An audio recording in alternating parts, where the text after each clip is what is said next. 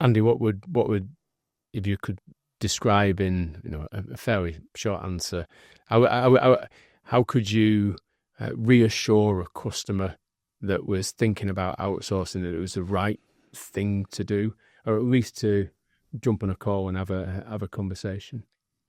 Yeah, and when Andrew was talking a minute ago, I was thinking about some of the key factors in our decision making, and ultimately, it all came down to the numbers. Ultimately, we sat and had a look at, well, what is the average cost per person that sat on this floor in front of us? I think it was 3,200 and something. That was roughly the price that we ended up working out that the average person in our business costs. When we started to look at outsourcing, it was coming in at half that, maybe even less for some of the roles. So for us, it was a total no-brainer when you could start to see the quality and the productivity, but also just the effort and the enthusiasm and all the things that we've talked about already today. So I think for me, what really boils down to is it cost effective, and will my business still perform in the same way? There's some real key points.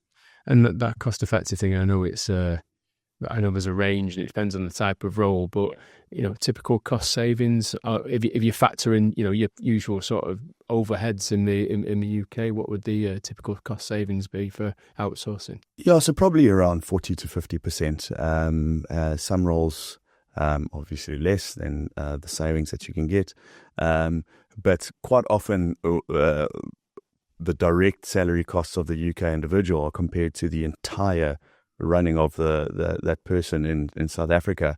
They forget you've got to allocate rental, you've got to allocate HR time, RT's time, computer expenses, office rental, national insurance itself, pension. So when you add all of those in, the average cost is well higher than what the expectation is of just looking at someone's salary.